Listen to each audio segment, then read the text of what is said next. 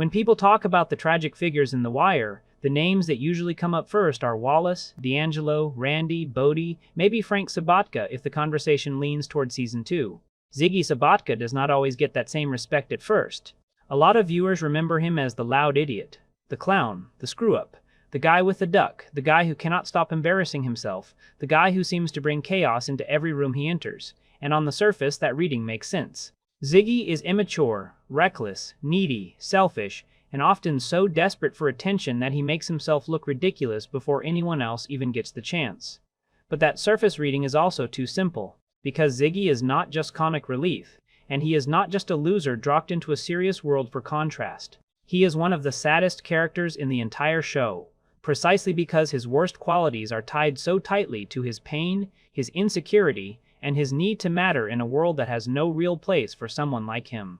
Ziggy is what happens when a person grows up around men who measure value in very hard and very old ways, but does not have the traits needed to succeed by those standards. He is born into a working-class port family. He is the son of Frank Sabatka, a man who carries himself with authority, seriousness, and purpose.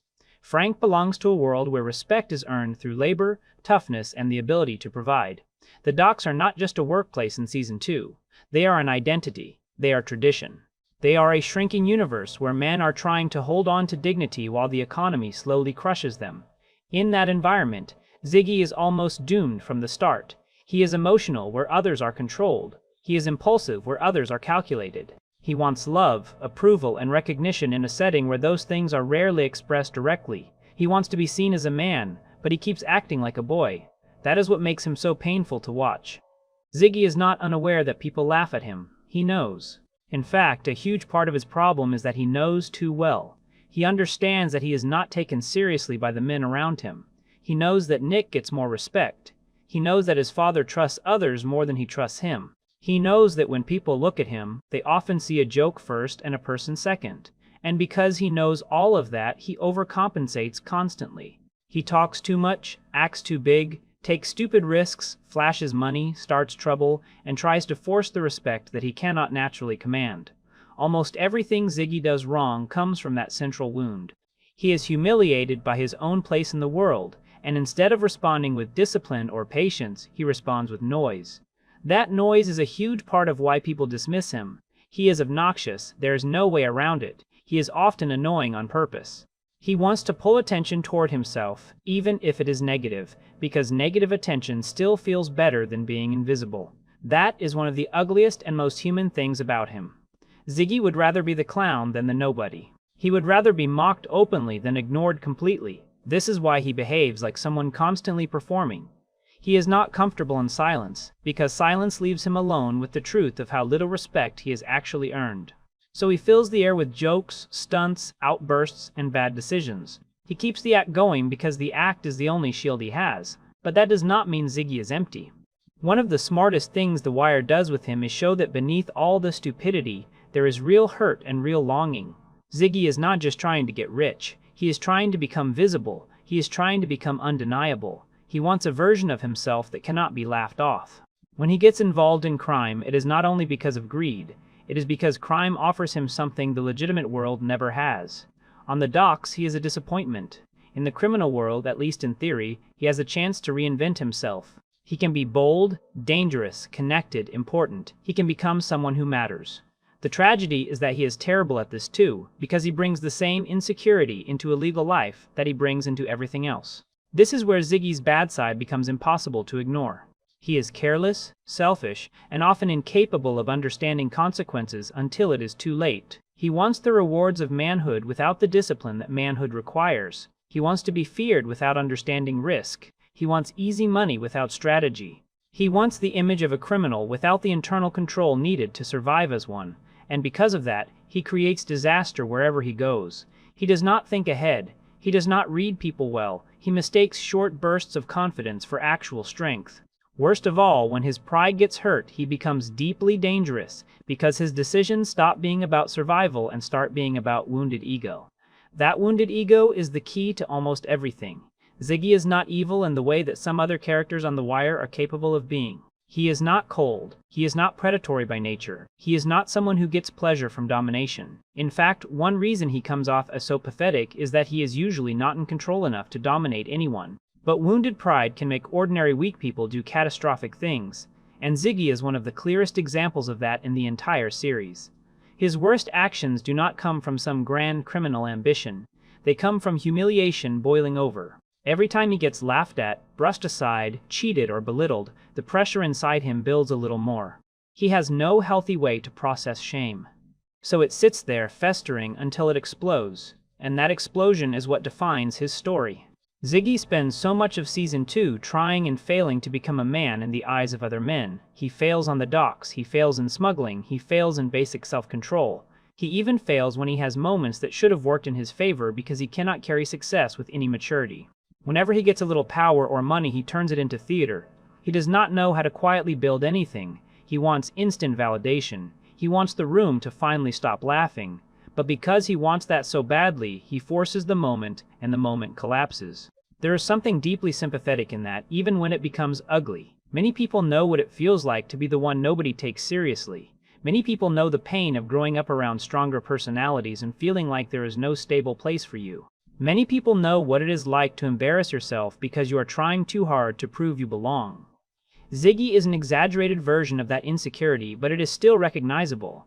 That is his good side, if it can be called that. He is vulnerable in a way most characters in his world refuse to be. Not by choice, maybe, but by nature. He cannot hide his insecurity well, he cannot fake composure. His emotions leak through everything. That makes him weak in his environment. But it also makes him human in a way that many harder men in the show are not. There is also a certain innocence in Ziggy, or maybe a better word is softness. He has not fully become one of the brutal men around him. He tries to imitate them, but he is not built like them. He is not emotionally sealed off. He still wants approval from his father in a way that feels almost childlike. He still believes, deep down, that there is some version of life where he might be valued. He still reacts to humiliation, not with cool calculation, but with open pain. That is not strength, but it is part of what keeps him from feeling monstrous for most of his story. Even when he acts terribly, there is usually a sense that he is flailing, not ruling. He is not a shark. He is a drowning man, kicking wildly. His relationship with Frank makes all of this even sadder. Frank is not a bad father in the cartoon sense. He is not abusive in some obvious theatrical way. He does care about Ziggy, but he does not know how to reach him, and he is too consumed by the collapsing world around him to give Ziggy what he needs. Frank's attention is always split between family, union politics, smuggling, and the larger fight to save the docks. He is carrying the weight of an entire class decline on his shoulders. In another life, maybe Ziggy would have gotten a father with more time, more softness, more emotional language. But in this life, his father is a man at war with history itself. And that kind of father is not going to know what to do with a son like Ziggy. So Ziggy grows up in the shadow of a man he can never impress properly. That matters. He is not just trying to prove himself to random dock workers or street criminals. He is trying to prove himself to Frank. Every stupid act has some trace of that desperate hope behind it. Look at me. Take me seriously. See that I am not useless. See that I can be part of this too. But the more Ziggy tries, the more he reveals exactly why he is not trusted. It becomes a vicious cycle. He is given little responsibility because he is unreliable. Because he is given little responsibility, he feels disrespected. Because he feels disrespected, he acts out. Because he acts out, nobody trusts him. That loop destroys him. Nick, in contrast, makes Ziggy look even worse. Nick is not some genius, and he is hardly a clean moral counterweight, but he has a steadier energy. He can pass as competent. He can keep his mouth shut at the right time. He looks more like the kind of man who can survive in that world. So whenever Ziggy stands next to him, the difference becomes obvious. Nick does not need to force adulthood the way Ziggy does. That makes Ziggy even more insecure, and it deepens his resentment. You can feel the envy in him. Not just because Nick is more respected, but because Nick seems to move through the world with a natural ease Ziggy does not have. Ziggy is always straining. Nick just is. That strain becomes almost unbearable by the time Ziggy reaches the point of no return. And this is where The Wire refuses to let the audience keep laughing. For a while, Ziggy's failures are funny in a bleak way. He is ridiculous. He acts like a fool. The show knows this, but then it forces you to confront what happens when a ridiculous man has access to real violence. Suddenly, the joke turns into horror. Suddenly, all that insecurity, shame, and bottled humiliation find a target. His final act is not the move of a criminal mastermind. It is the move of a humiliated, emotionally broken person who cannot live with being reduced one more time. That does not excuse it, but it explains it, and The Wire is always more interested in explanation than easy judgment. What makes that moment so devastating is that Ziggy himself seems to understand, almost immediately, that he has destroyed everything. There is no victory in it, no swagger, no transformation into the feared man he always wanted to be. The act that is supposed to avenge his humiliation only confirms his ruin. He does not emerge powerful, he collapses, and in that collapse the audience finally sees him stripped of all performance. No jokes, no peacocking, no fake bravado. Just a shattered young man who has reached the end of whatever fantasy he was using to survive. That version of Ziggy is probably the truest one. Not the loud clown, not the wannabe gangster, not the dockside idiot, but the broken son who never found a place in the world he inherited.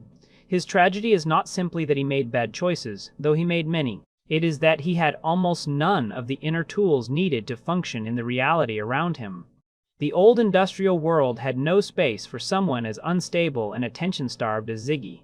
The criminal world had no patience for someone that reckless and emotionally weak. He was too soft for one world and too foolish for the other. He belonged nowhere, and he knew it. That is why his good side and bad side cannot really be separated cleanly. His good side is tied to the same openness that makes him unstable. His bad side is tied to the same vulnerability that makes him sympathetic. He is sensitive, but that sensitivity makes humiliation unbearable. He wants love, but that need makes him needy and self-destructive. He is not naturally cruel, but his inability to handle shame leads him toward cruelty anyway. He is funny, but the humor is built on desperation. He is pathetic, but the pathetic quality is exactly what makes him heartbreaking.